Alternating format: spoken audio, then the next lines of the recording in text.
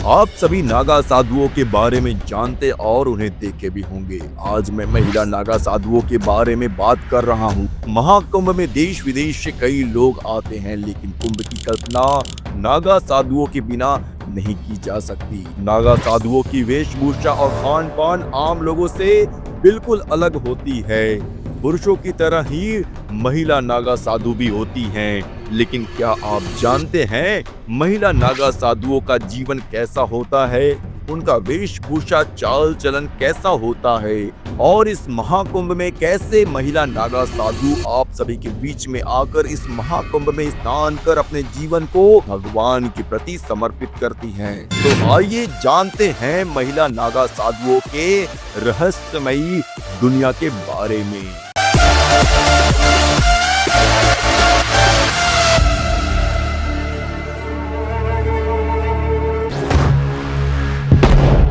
उत्तर प्रदेश की संगम नगरी प्रयागराज में 13 जनवरी से महाकुंभ शुरू होगा और 26 फरवरी तक चलेगा। 1.5 महीने तक चलने वाले महाकुंभ में गंगा, यमुना और सरस्वती के त्रिवेणी संगम पर आस्था की डुबकी लगाने के लिए 40 करोड़ श्रद्धालुओं के आने की संभावना है। महाकुंभ में बड़ी संख्या में साधु संत संगम में स्नान करने के लिए मीलों दूर से पहुंच रहे हैं। सनातन धर्म में साधु संतों का काफी महत्व है। हालांकि कुंभ में आने वाले नागा साधु लोगों के लिए सबसे ज्यादा आकर्षण का केंद्र होते हैं। कुंभ की कल्पना नागा साधुओं के बिना नहीं की जा सकती। नागा साधुओं की वेशभूषा, खान पान आम लोगों से बिल्कुल अलग होती है। पुरुषों की तरह ही महिला नागा साधु भी होती है।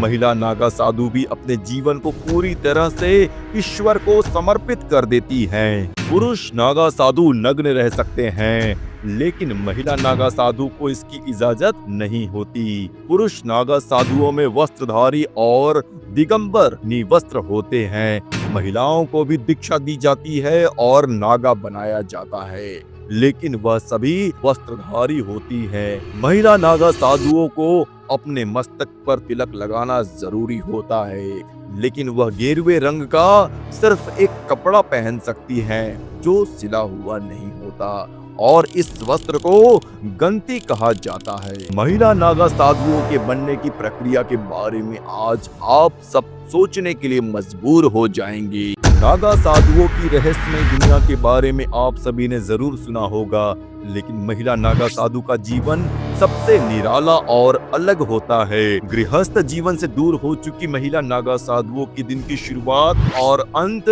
दोनों पूजा पाठ के साथ ही होती है। इनका जीवन कई तरह की कठिनाइयों से भरा होता है।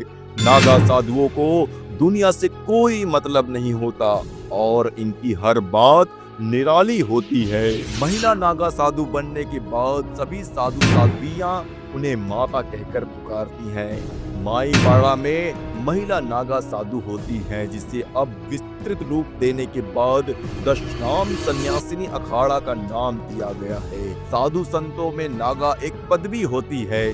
साधुओं में वैष्णव, शैव और उदासीन संप्रदाय हैं। इन तीनों संप्रदायों के अखाड़े नागा साधु बनाते हैं। महिला नागा साधुओं की जिंदगी बेहद कठिन होती है।